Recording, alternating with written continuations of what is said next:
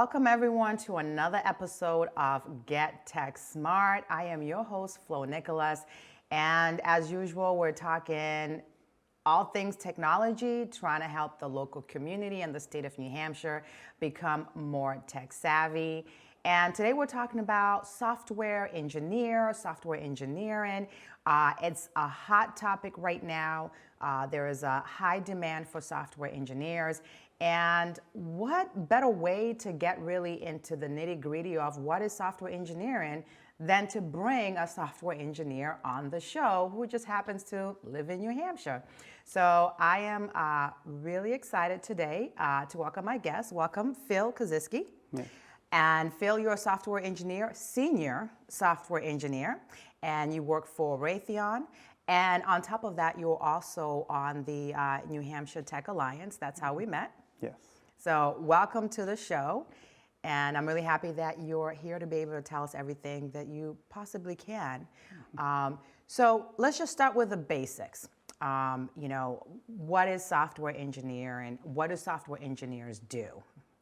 So the basics of software engineers design and develop software, and the design part is not to be underestimated. We think of the coding, and there are a lot of coding boot camps that are kind of exploding nowadays. Yeah.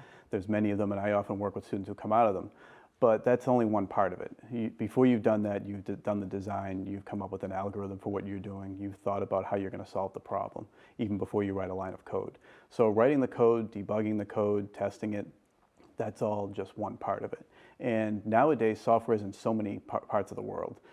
Mark Andreessen is famous for saying that software is eating the world, and it's probably never really been more true than it is now. Oh, you're so right about that. And when I first came out of school, we still saw it largely on PCs and maybe on a few embedded devices. Now it's in so many different places that it wasn't back then, and so it's so much more a part of our everyday life, and even in ways that we don't often realize it. Right. I mean, just walking into Walmart and you have all the automation, the self-service. I'm sure that is the handiwork of a software engineer somewhere out there. That, and even think of with retail stores how you can go onto their app or their website, and sometimes they can tell you if they have low stock of something, Exactly. or if something is out of stock at a particular store. That's all the work of software engineers, all done on the web development side, often with databases. Yeah. So, for some people, when they think software engineers, they just think, some nerd sitting on the computer all day, just, writing code. Is that an accurate description? It's only one part of what we do. A lot of times as a software engineer, you also have to do things like write certain documents. Depending on the company you're in, you may have to write a wide variety of documents. I was in one company where every software engineer who was in charge of a product, we were in charge of writing our user manuals, we were in charge of writing requirements documents, specification. We had to write all the documents that went with it, and we had to update them if we changed it too. Yeah. In different companies, that may not necessarily be the case. In some companies, your requirements come from either your marketing or even systems engineers, if you have systems engineers, depending on the complexity of the systems.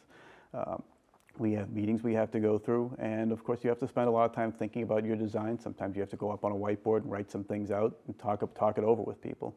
I know I have a couple of colleagues who I see all the time writing things down just to go discuss things, and sometimes I do it as well. We say, okay, what's happening with this, and how can we best do this? And just talking about things sometimes helps you realize a solution, or even it helps you. Either it confirms what you previously thought, or you might even find that maybe what you first thought was not accurate, Right. and you've got to go down a little different road. But that's just one part of what we do. Yeah. And I think one of the things, when people also think about engineers, they think about, oh my God, that's a lot of math.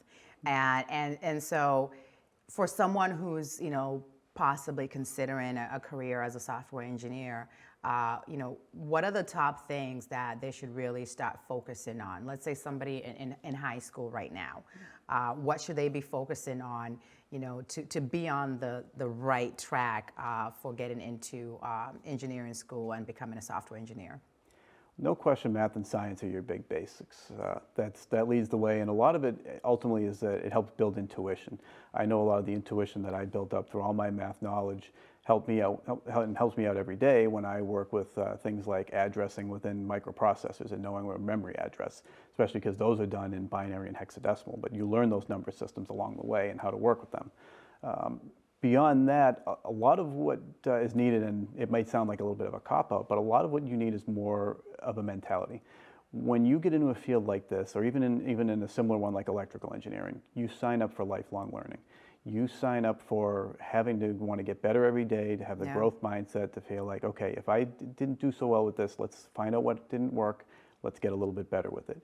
And that's been a big part of what I've had to do. I know since I've been out of college, I never went to a graduate school program, but I've taken a number of courses through colleges, through other options we have, which we have many more options nowadays than we used to have, and even going through to things like conferences. In terms of some of the, if I were to mention some of the specific skills that someone might want to think about, it all depends on where exactly you want to go. Because one of the great things about this is that there's a lot of directions in which you can go with Right. software engineering.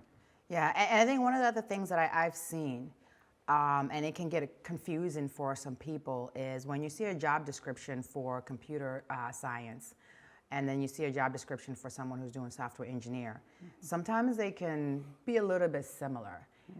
So can you help us understand the difference between someone who is going to school to be a computer scientist, or do computer science, I should say, and someone who's going to school to be a software engineer? So the biggest difference there is more what generally tends to be what kind of hardware exposure you get. And it's also because a lot of times if you go to be a software engineer, you end up taking a computer engineering curriculum, which is similar to electrical. So along the way, you're probably in a computer engineering curriculum going to get courses in digital design, in computer architecture, microprocessor design. You may even get an algorithms course or data structures and algorithms course, which I got along the way. In a computer science course, you'll probably get those data structures and algorithms courses, and you'll get things on compilers and many other things. And compilers come in handy as well, because sometimes when you get right down at the hardware level, it helps to really understand what the language is doing and what happens from what the compiler produces. Okay, so hold on one second. Now, what's a compiler? Because somebody watching might probably be like, I have no idea what that is.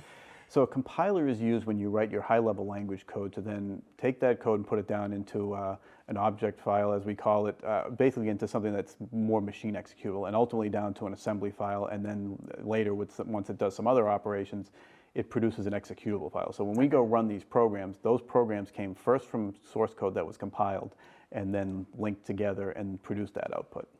Yeah, it's such a fascinating industry, and even more fascinating is the fact that right now, the demand, you and I kind of talked about this earlier, is that right now, there's such a high demand for software engineers.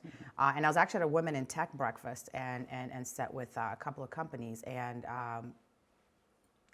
now when I went on the New Hampshire Tech Alliance job board, I saw that those same companies were hiring, and I keep seeing software engineer, software engineer.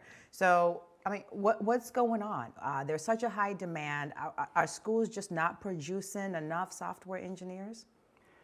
I think there's certainly some of that. And I think it's long been projected that there would be a shortage if some things didn't change as far as how many were getting into school to study this field and then getting into or even changing into the field. Nowadays, there's such interest in it that a lot of coding boot camps have sprung up all over the place, and I know some people who run some of them. You even have companies like Launch Academy and General Assembly who have Boston offices, and Launch Academy is based in Boston, as is Stack Education. They all help run these, and in fact, some of them run them themselves also. But I think what's also happening is because with inflation being what it is, many people want to go and find a new job and try to get a little higher pay than what they have. Right. So that's even leading some software engineers to seek jobs elsewhere, but companies still have to fill those roles. The demand is still there, and the companies are still producing these things. And software is in so many more different parts, and sometimes people want to change industries too, because you don't necessarily have to stay to one industry depending on what your skill set is. I mean, even what I've worked in, I've been in a number of different industries, and a lot of times you don't necessarily need to be confined to just one industry. So you can leave one particular industry like medical devices and perhaps go into an industry like software tools, for example. Yeah, and I think one of the things we also talked about was the pay right now. In some areas like California, you know, some people are looking at salaries that are over $300,000. And now, depending, of course, as you get higher up in level, whether you're like a senior or a principal engineer, you know, the salary is going to be more. You're probably looking around $400,000. So how does New Hampshire, you know, who's struggling to get software engineers, compete with states that can just, you know, say, oh, that's what you want, here you go? Well, there's a degree to which certainly New Hampshire having at least a relatively lower cost of living, certainly your money goes a little bit further. So it's not that a New Hampshire company necessarily has to compete dollar for dollar, but the sense I've gotten, and I don't have a lot to draw upon here, is that New Hampshire is having a little trouble competing in that respect. It's one thing if you're making about $5,000 less at a job here than in Massachusetts. It's another thing if it's a $15,000 to $20,000 difference. Then that makes a big difference there. And that's even knowing that if you're a New Hampshire company and you live in New Hampshire, you don't pay any state income tax. I have for many years, even when I lived closer to Boston and south of Boston, worked with people who lived in New Hampshire and worked in Massachusetts, and now I'm one of them, interestingly. When I worked down in Franklin, Mass, almost in Rhode Island, there were 2 engineers I knew who every day for years made the drive from New Hampshire all the way down from the upper end of 495 to come down there. So there's something to be said for that. There's something that we have to think about along the way. And it's one of many things that I know that we're grappling with, including even within the Tech Alliance in terms of trying to make the technology industry better here. Yeah, no, I definitely agree with you. I do see an increase with people who are willing to cross the border and get that extra, 15 to 20,000. I mean, I think the other thing to take a look at as well is because of this demand. I recently read an article where they were saying that there's some tech companies that are kind of starting to reassess their requirements. You mentioned the boot camps. There's a lot of boot camps, and Google does certifications. Microsoft has some certification programs. You've seen a whole lot of increases of these companies that are having these like 12-week, 1-year programs. So now companies are kind of probably saying, you know what, do we really need you to have a bachelor's? Can we probably, be okay with you having a certification, get you in and start training you? What are your thoughts about that? In some ways, that makes a lot of sense if the company can really afford to go do that, if they can build a training program, because then you'll have engineers who know more specifically what you do as a company. It's one thing to hire someone out of school who has the conceptual background, maybe they've done a couple of internships, and that helps them along the way, especially because in an internship or a co-op, you gain a lot of things that you can never learn in a classroom or in a lab. But when you can train someone to the things that they're right to what they're going to work on and right to what you're doing, that's tremendous internal knowledge. That's the kind of knowledge that a lot of companies are losing when people walk out the door as well.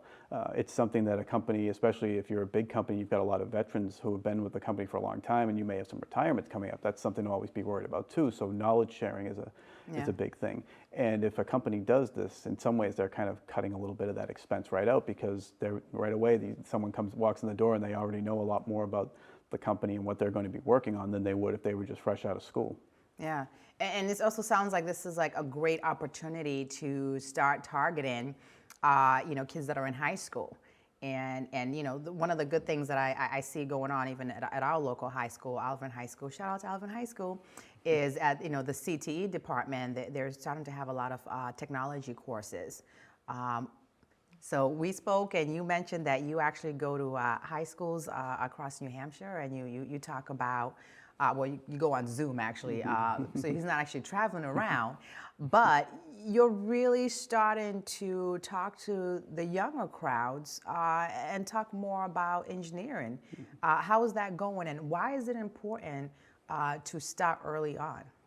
Well, it's been really interesting, and I've really enjoyed doing it because this is something I want to talk about a lot. And as I've gotten to be more of a veteran in the field, I feel like one of the things I need to do whenever I retire, whenever that may be, and I'm not one who's going to retire at the earliest age because I enjoy what I do, but I want to leave the technology industry better than it was when I found it. It's like the old saying, leave everything and everyone better than you found it. And that's one thing I want to do here. And so this is one great opportunity to do it.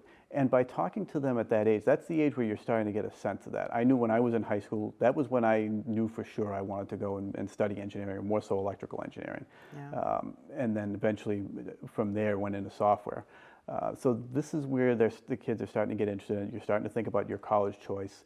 And so this is where somebody who's been in the field can also connect what you're learning in school a little bit more with the end mission, because that's something it's hard for when you're a lot younger to connect what you're studying in school. You think, okay, where am I ever going to use this? We hear it all the time, and I used to say it sometimes too. Yeah. I came to realize that one is I took college courses and realized that some things serve as a foundation for later concepts, and then once I got into the field and understood that all the intuition I built up from all these now comes into use there, as well as my ability to logically reason about something, which you learn in some of your high school courses. And this all sets the stage, because the decision you make about where you go to college, yes, if you choose a major that you don't like, it doesn't mean it's not the end of the world, but it's nice if you do choose the right one right out of the gate, or if you can at least make an easy change. So to tell them about this at that age is very helpful, because now they have a sense of what they could get themselves into, and they can start even thinking about if they want to get into something a little bit before they get to a college. Maybe they want to take some Udemy or Coursera courses, for example, to start on their way. Yeah, I mean, I think you bring up a good point, because personally, I feel like, companies should really have, the co-op programs. I mean, there's some that do actually at a high school level.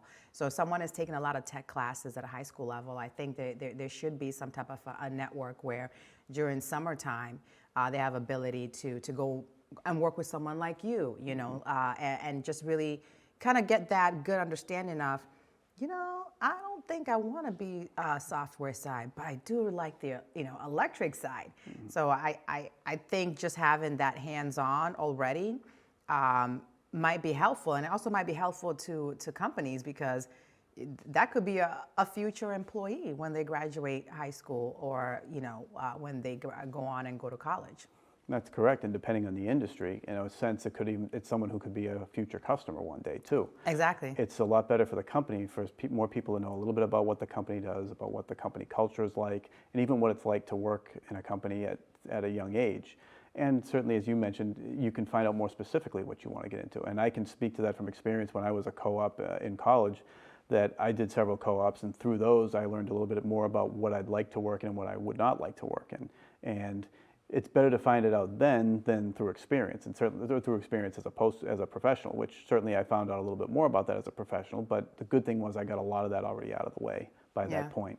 No, I absolutely agree, and I think co-ops should actually be like mandatory. Like, I think it should be a thing where if hey, I want to do tech as part of either like a semester, you're working with a company and you're getting that hands-on, because there's nothing like that hands-on training, because it really helps you understand, like, oh my God, this is where I belong. When I talk to people like you in the tech sector, and I invite other people from the tech sector, I feel at home. Mm-hmm. Right? I feel like, oh my God, this is where I belong. And I think at a high school level, I think that they really need that to really understand I'm on the right path, or you know what, I'm not on the right path, but I actually really like to be a doctor instead.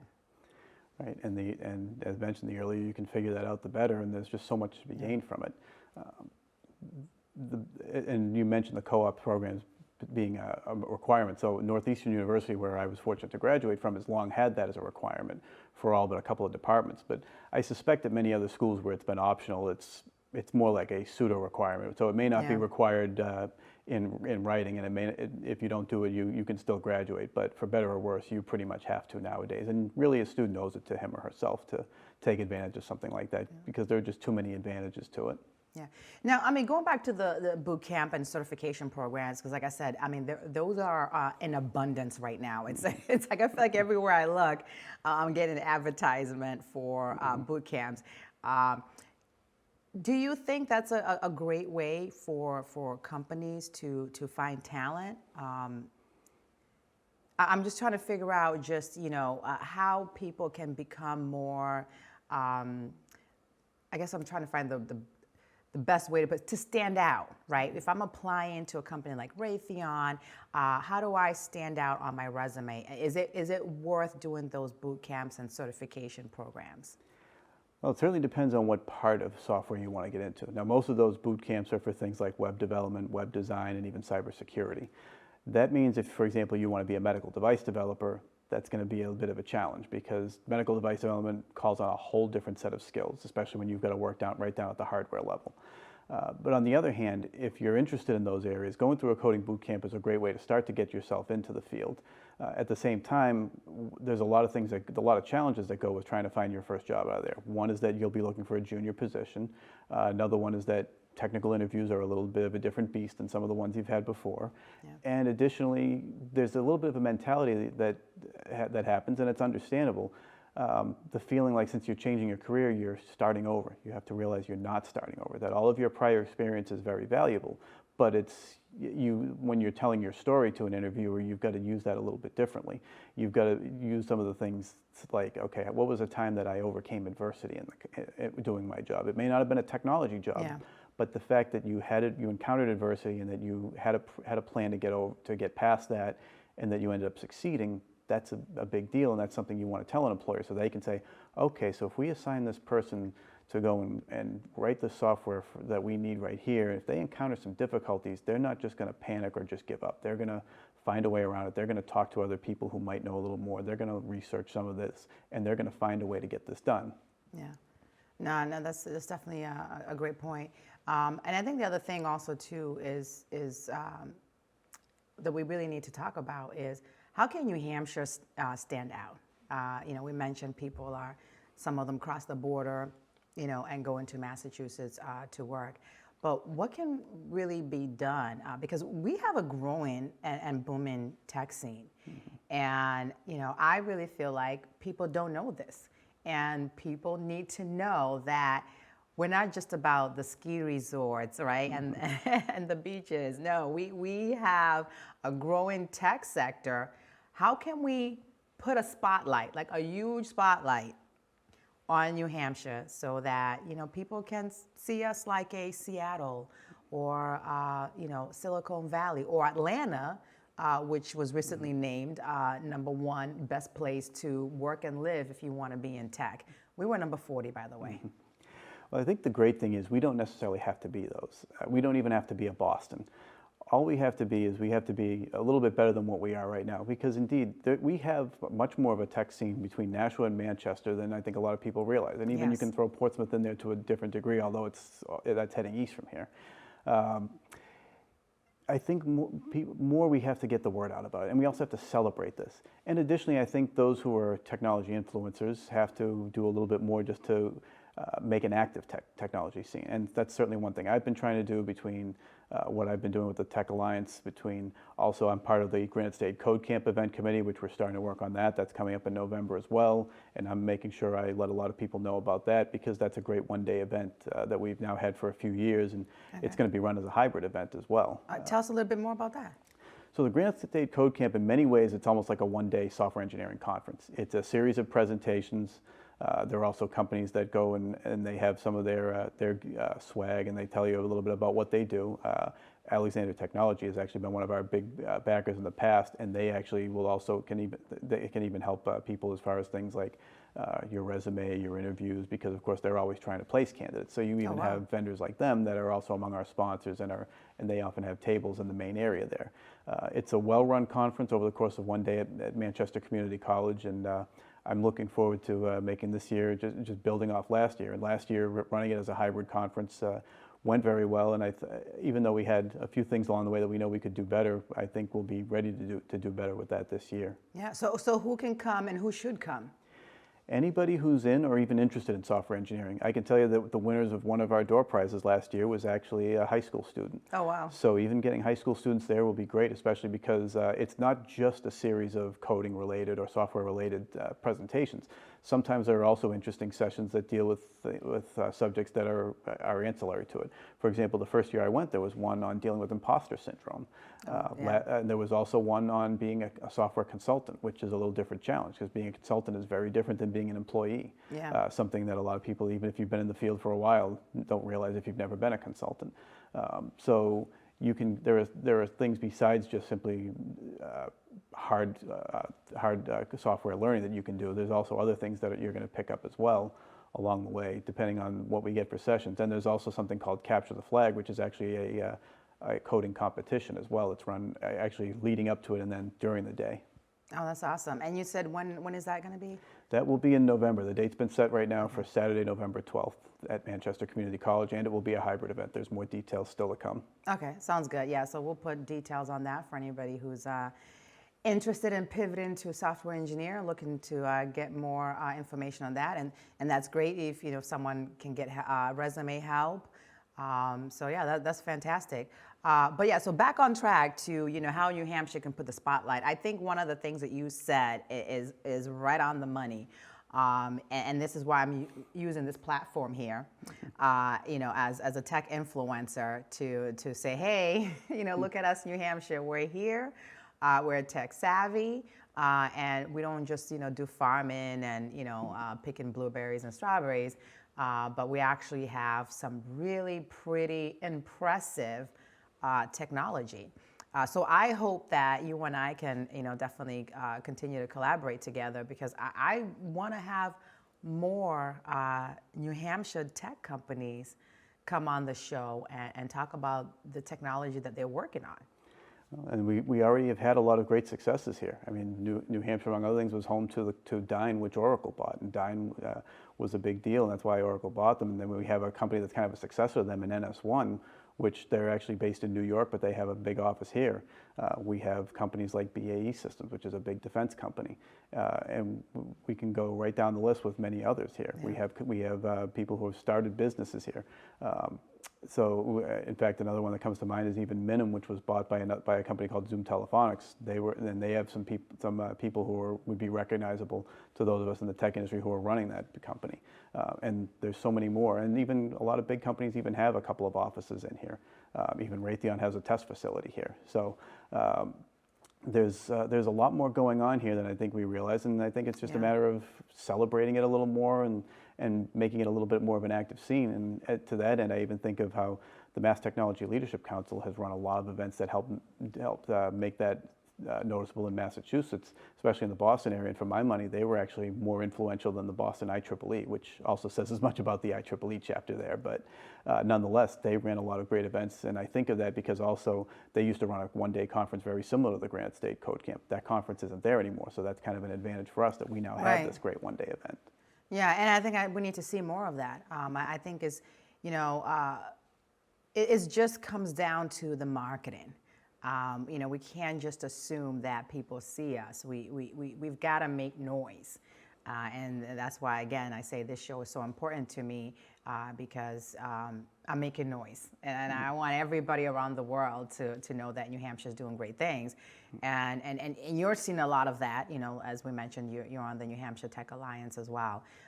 So, I mean, what's the takeaway, for New Hampshire? How, besides, influencers like myself and the various conferences, what should people really know, especially in the local communities? Because, I mean, let's be honest, sometimes it's difficult in some communities for people to really want to spend the time, knowing more about technology.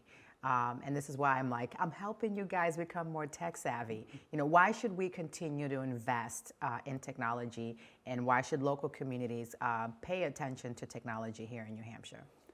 Well, technology is a big part of our lives now, and it's a big part of the economy. It's a big part of the economy even of New Hampshire, and that's even though New Hampshire is not Boston. Yeah.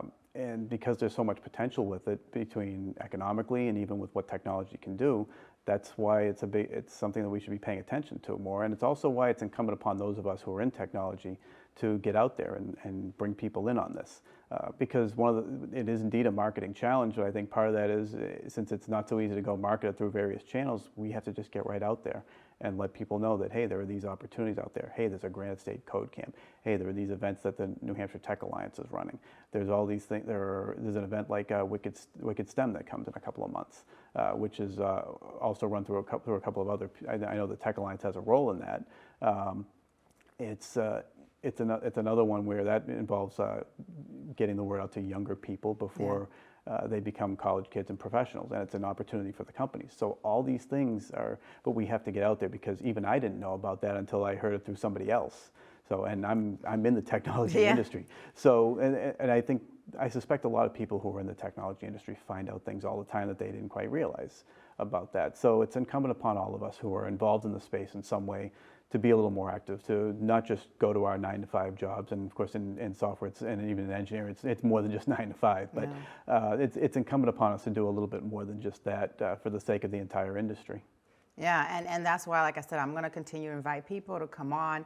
And any tech companies that are looking, and you're right here in New Hampshire, this is a place to be. Let's talk. So what's the final takeaway for anybody who's looking to get into software engineer? Well, there's tremendous potential because there's a lot of different ways you can go with it. You've got a lot of different areas where you can write software for, such as web development, many different industries where you can write software close to hardware, you can do application software. It's in a lot of different industries as well. You can go become a senior engineer, principal engineer, member of technical staff, even all the way up to a CTO. You can get into management. You can become a consultant one day. You can even become an entrepreneur and start your own company. There's a lot of different ways you can go. And then with all the different types of software you can develop, the possibilities are infinite. So it's almost like it's saying there's something for everybody. And that's the case in software. There's a lot of ways you can go with it. Yeah, and this is the perfect time to get into it while it's hot and in demand. So. And where I think too, as we're certainly hearing about layoffs that have been happening, I think the software industry is going to survive this a little bit better than the last time around, because software is in so many more places now than it was. I remember the .com bust, and software wasn't in as many places as it was back then. I mean, now it's in places like, as we talked about, retail and grocery stores. It's now in restaurants much more. In fact, Domino's Pizza considers themselves not a pizza company, but a technology company that sells pizza. And it's even in places like doctors' offices, although there's still a lot of room to get into there. I remember a few years ago at a conference, somebody said that doctors are only at about 60% capacity, and this was about 5 years ago, and that's accounting for the time they spend dealing with administrative tasks. And technology can help close that gap a little bit. I absolutely agree with that, and actually read an article yesterday about doctors, why they should embrace artificial intelligence to help them with those administrative tasks. But that's a topic for another day. But it's been great to have you here. I think you mentioned a lot, and I think for anybody who's looking to get into software engineering, you probably learned a lot today. So I really appreciate you coming down onto the Get Tech Smart show. And feel free to come down anytime if there are other activities that are going on that you want to highlight, so our audience know about. So thank you so much for that, Phil. And to everybody else, thank you so much for watching another episode of Get Tech Smart. Stay tuned for more episodes where you will learn more about technology and get tech savvy.